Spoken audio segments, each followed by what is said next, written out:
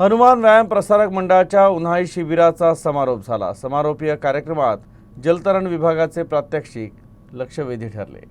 श्री हनुमान व्यायाम प्रसारक मंडळाच्या आंतरराष्ट्रीय जलतरण विभागाचा लौकिक राष्ट्रीय आंतरराष्ट्रीय स्तरावरील असल्याची अनुभूती जलतरणपटूंच्या चित्तथरारक प्रात्यक्षिक सादरीकरणातून नागरिकांना झाली।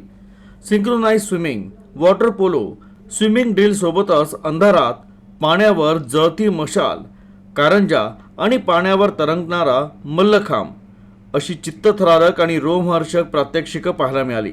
HVPMच्या उन्हाळी शिबिराचा समारोप झाला।